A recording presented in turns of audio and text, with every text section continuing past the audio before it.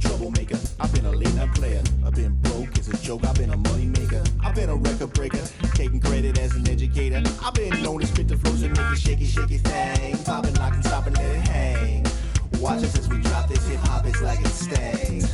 We make the whole room drop and everybody sing. We want the funk.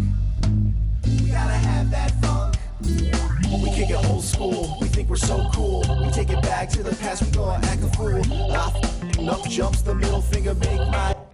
Hello, hello, hello. Welcome to Sports Buzz, a Fanatical View. I am your host, Scott D. Lewis, here live in studio, Comcast Cable, Channel 23, downtown Danbury, Connecticut, on this October 12th. Moving right along into fall, still feeling a little summerish, although there was a little chill in the air mixed with the sun. If you were in the shade, it felt a little fallish today in the sun. Still feeling summery out there. Weather's been actually quite nice. But here we are live. We're off last week. We're off next week, but we're coming in and out as we can and trying to get in here and do shows. We're here until 7 o'clock.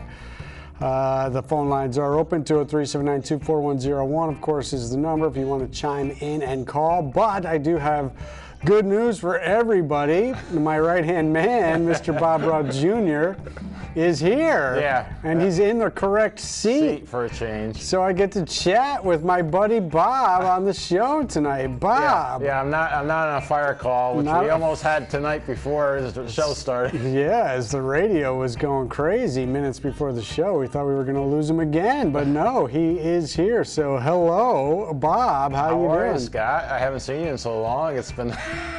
Well, the last time we talked, we both had managers for our baseball teams. Yeah, we don't have that no more. No, neither one of our teams has managers anymore. No. What's going on with that? I don't know. It's a sign of the times. I guess so. Let's change things up. But it's good to see Bob. His show Spotlight On Tuesday nights at 9, Wednesdays at 12.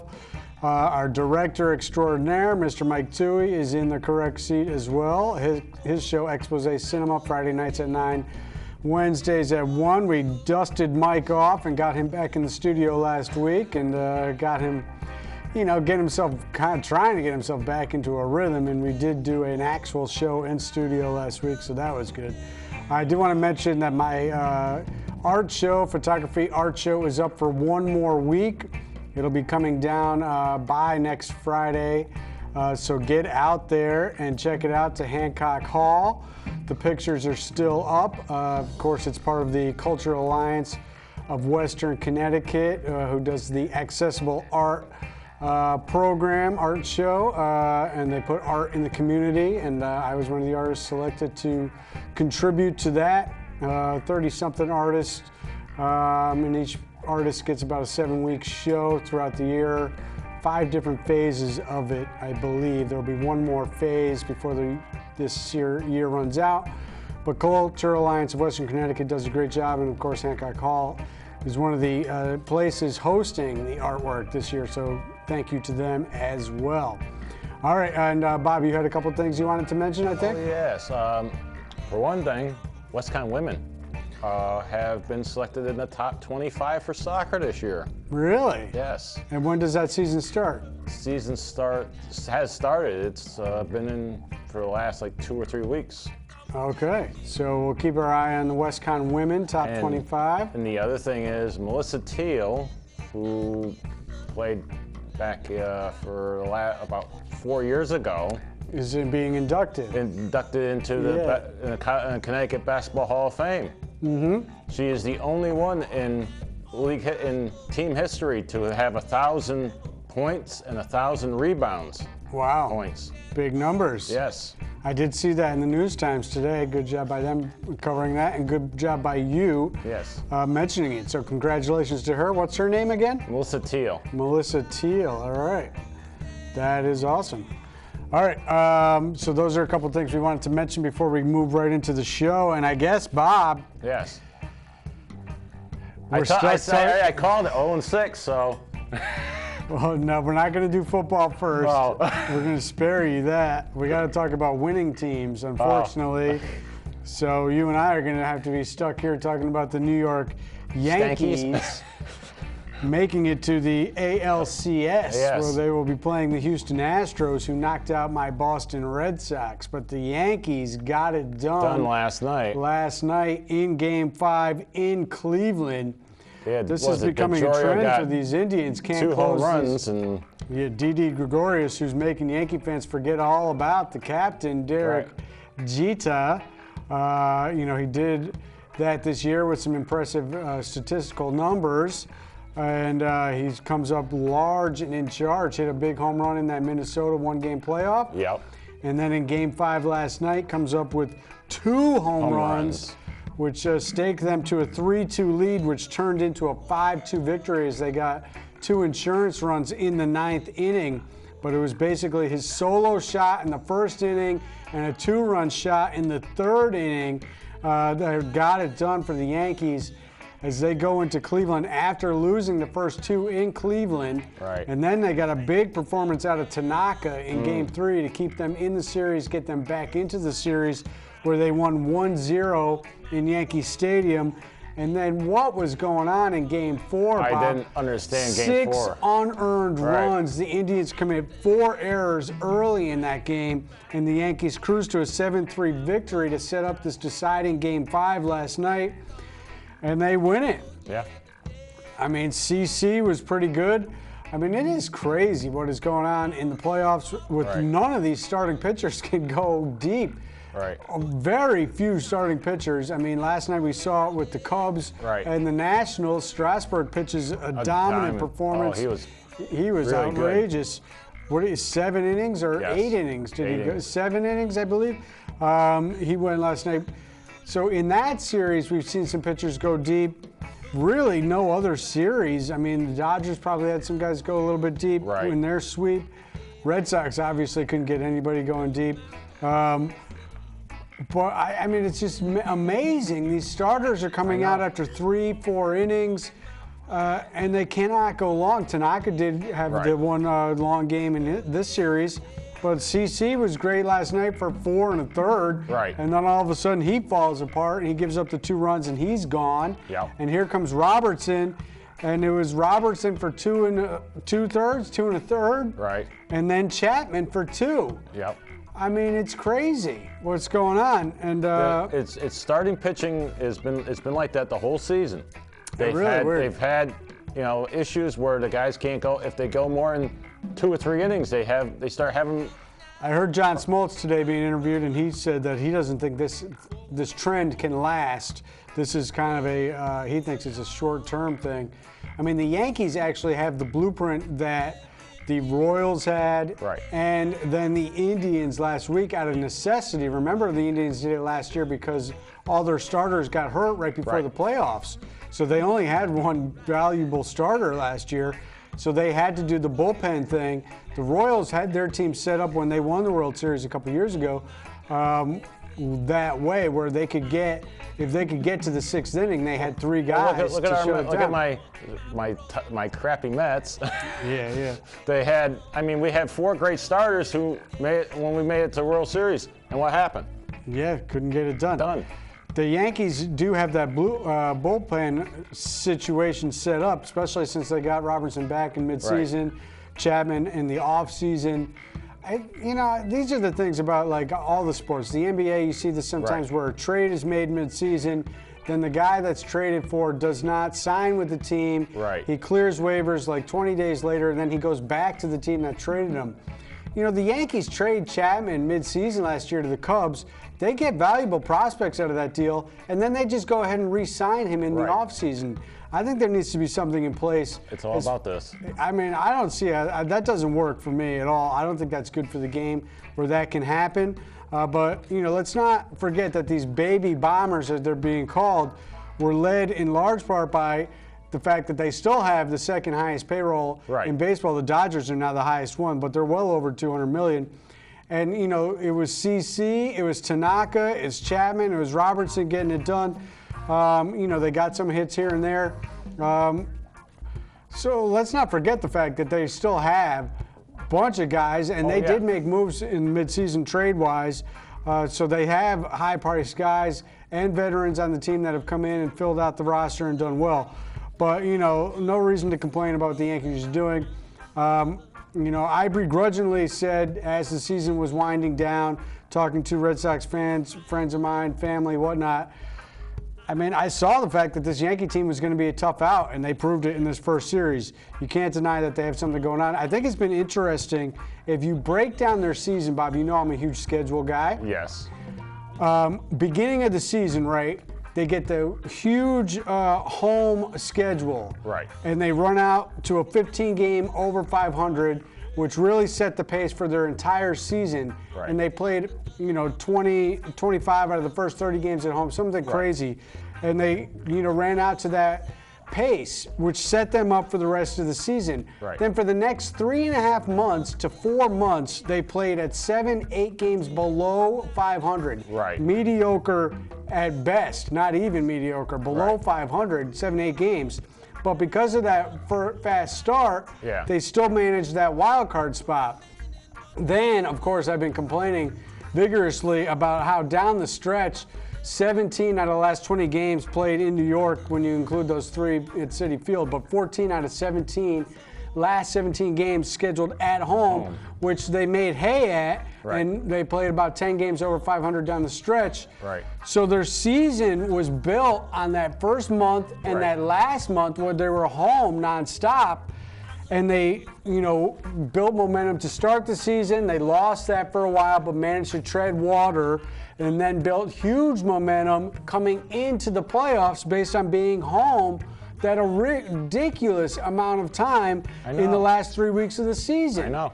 And so they come in hot and comfortable and feeling very good with momentum because of that schedule, and they carry it over into the postseason. They lost those first 2 games on the road, but that's only 2 days. Then they're right back at home where they've been for a month, and they get it going. Tanaka comes up large with extra rest for him, and then they get the error game in Game 4, and all of a sudden they're feeling good again, and they go where Cleveland has all the pressure all of a sudden, and they take care of business. So they head to Houston for Games 1 and 2.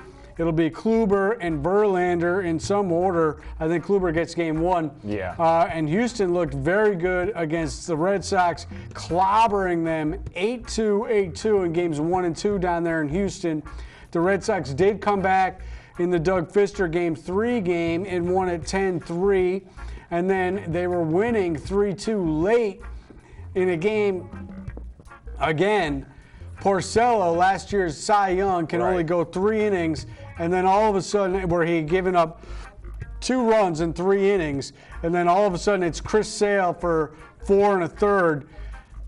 I don't even want Chris Sale pitching in this game at all. I hear a lot of the prognosticators saying, well, it's do or die. You're eliminated if you lose this game. Big deal. Yeah. If you lose this game, who's pitching Game 5? Right. I want Chris Sale ready on rest with all the pressure like it was on the Indians last night. Right. Now on the Astros, because you forced a Game 5 and they have to go home and they know they beat up Sale in Game 1, but the pressure is going to be on them to do it again, and Sale will be rested, your ace. That's where I want him. I don't want Porcello going 3, giving up 2, and then saying, that's it, he's gone. Yeah. And Sale is now going to come in Game 4. I think it's ridiculous. If you want to pull Porcello, go to Eduardo Rodriguez, one of your starters, or go to the bullpen that was top 3 in the league all year. Our boy from Bethel, Matt Barnes, who has been a workhorse for them, doesn't even make the playoff roster, Bob. What kind of reward is that, and what kind of message does that send to your players? It hurts. It hurts a lot. It hurts the morale of the team, I think. Matt Barnes was a very good pitcher for them in a bullpen, a team ERA at 3.2, I believe, top 3 in the league in all of baseball. And you can't even, now all of a sudden, those guys in the bullpen who have been working their tail off all year, leading you to a division title, can't even make appearances and or make the playoff roster because now you're going to mix and match your starters, throw them all out of sync as well, put them in positions they're never in, and get everybody out of their comfort zone, and you lose in 4 to the Astros where Sale can't go. he was in trouble in the 7th inning, and they send him back out there in the 8th. He gives up the tying home run, and then Kimbrel's got to come in the middle of the inning, and he blows it. Right. And they lose it, and they're out. And meanwhile, David Price gets to feel good about himself because he did a good job in Game 3 in relief. But meanwhile, it would have been better if John Farrell, who has now been fired, worked Price back to being a starter. Right. Which is what the Red Sox thought they were going to have. Sale and Price, 2 dominant starters, when it came time for the postseason. Instead, it was David Price going 4 innings in relief in the middle of a game that you wound up winning 10-3. Right. Great for David Price, great for the Red Sox. Come on, give me a break. I've been calling for Farrell's head. The other thing is the lineup shuffling. Oh, yeah. I mean, in the last week of the season, Bogarts is all of a sudden the guy who's now batting leadoff. We have not known who the leadoff batter has been since the midseason when you moved Mookie Betts to a cleanup. Right. Which is ridiculous. You rushed Eduardo Nunez back. He probably hurt himself in Game 1 when you had benched Hanley Ramirez, who then promptly bat .560 in the rest of the series. You think maybe he could have played in this series? Instead, you're benching Hanley Ramirez. You bench Rafael Devers in Games 2 for a guy who can't hit at all and is a defensive specialist. John Farrell deserved to be fired, and he would have been fired, and this is the harsh reality. He would have been fired 2 years ago if it wasn't the fact that he was diagnosed with cancer and they couldn't do it to him while he was going through chemotherapy. Right. That is the harsh reality of it all. He bought himself 2 extra seasons, which he did get 2 first place, 2 Eastern Division titles out of that, but the team had no clue what they were doing when it came to the postseason and went flat. And they got ousted quickly in the first round in both those years. So that's the deal with that. So the Yankees will be taking on Houston. We'll wait to see what happens tonight. Cubs, Nationals, Game 5. Strasburg, as we mentioned, was fantastic last night. And the Nationals will hopefully, for their sake, get their first ever playoff win. It would be nice. Talking about the Red Sox going out early the last 2 years, at least the Red Sox have had success. Right. The Nationals have gone out early every year and never had success. So they'd like to knock off the defending champion Cubs. I think, is it Scherzer pitching tonight? I think so. So we'll see what happens in that game. And the Dodgers are sitting waiting. Speaking of going out early, Bob, we're going to shift gears to a different sport entirely.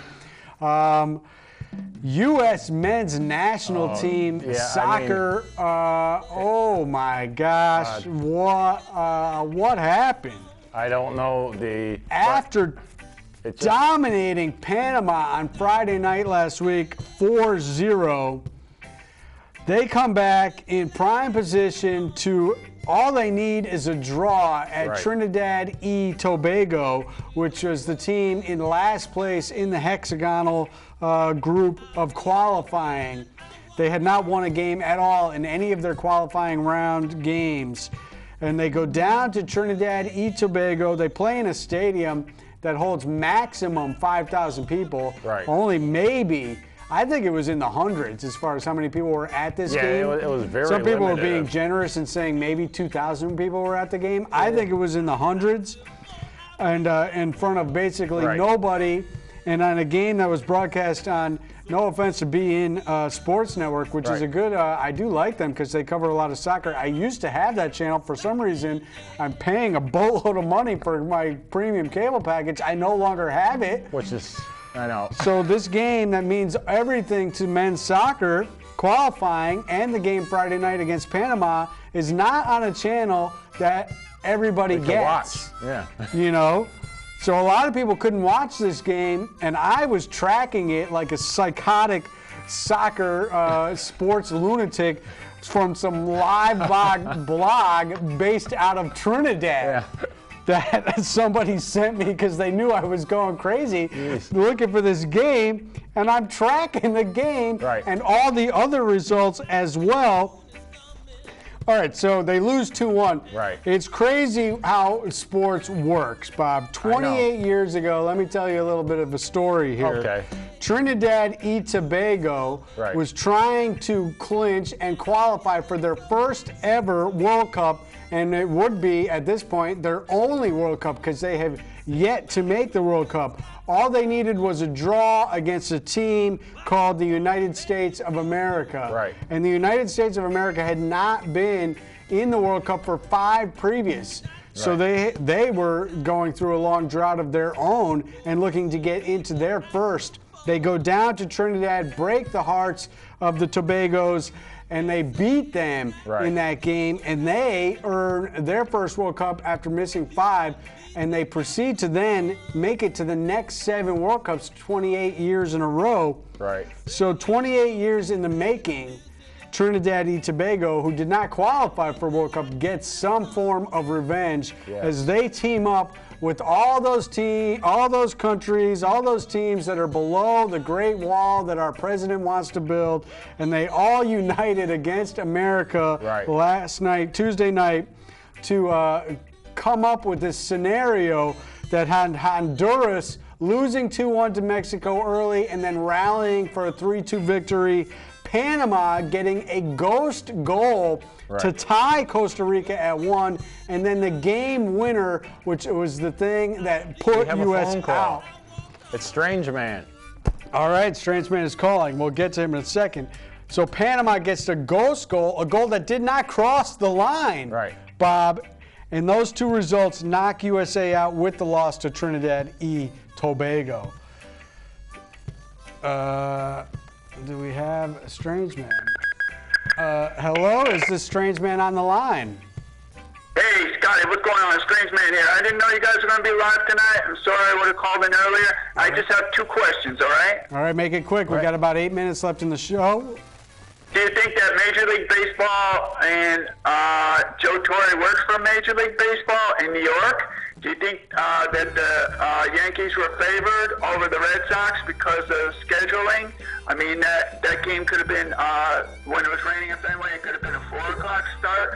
They made the Red Sox day game, and yet they canceled Chicago game. And the second question is, how influential will be Robertson in the bullpen because he has that knuckle curve in the series at Houston? All right, and I'll hang up now and take care. All right, nice to hear from you, Strange Man. Back to baseball. Yeah. Well, I mean, there was some tricky things going on. You know, I'm always talking about the schedule. Right. There was rain. They could have. I mean, there was heavy rain coming down late in that game when the Red Sox were losing, and you know, they didn't stop the game. The other thing was all their games were played during the day. Right. I had the great misfortune of getting in the car with a 3-2 lead in the bottom of the 7th inning and being stuck in traffic in New Haven for the entire 8th and 9th inning while they blew it. Being stuck in traffic. But yeah, all their games were day games. The Yankees, of course, the primetime draw. I thought maybe the Red Sox, Astros could have got 1 late night game. Right. You know, I couldn't watch any of the games. I had to find them on the radio if I could. I missed some entirely because I was working, and you know, that's just the way it was. And with the rain, they could have called the game, but they got to get these games in. They would have had the extra day. I mean, there was time for it before having to travel to Houston, so they could have pushed it a day. I think a lot of Red Sox fans were hoping that was going to happen. It did not, and they had to play early. The other thing was, Bob, they did not tell the Red Sox what time they were going to play. Right. They played that game at 1 o'clock, right? Yeah. They did not know they were going to play at 1 o'clock until 11 o'clock at night the night before, because if the Yankees were eliminated, the Red Sox would have been pushed to the primetime game at 8 o'clock. Right. So, you know, you don't even know if you're playing at 1 o'clock until 11 o'clock the night before. Right. So Strange Man's onto something with them and the Yankees and the getting the benefit and all that. And Robertson, I mentioned, you know, what he did in the Game 5. I think, you know, bringing him back and having that Kansas City formula and the formula the Indians had last year. The Yankees are the team that actually does have that formula right now. Their starting pitching isn't as good, perhaps, as the others were in previous seasons, but they do have the formula, and Robertson coming back has been pretty tough. Although he did give up that home run.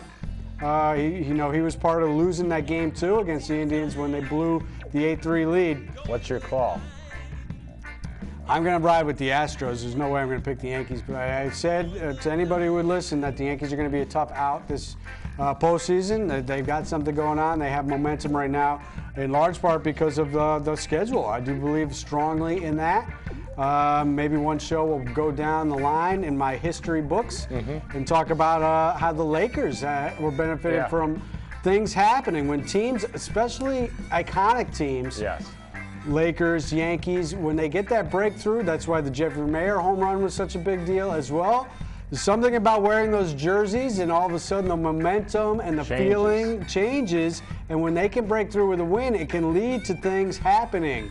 And those sort of things do make a difference. I do believe if you look at it and you really analyze it. Soccer, U.S. men's team is out. Argentina somehow snuck in, and now I'm left to struggle with the sweat of Italy being stuck in the playoff situation as they didn't get through in the initial rounds of qualifying. So I still have some sweating to do for more soccer qualifications.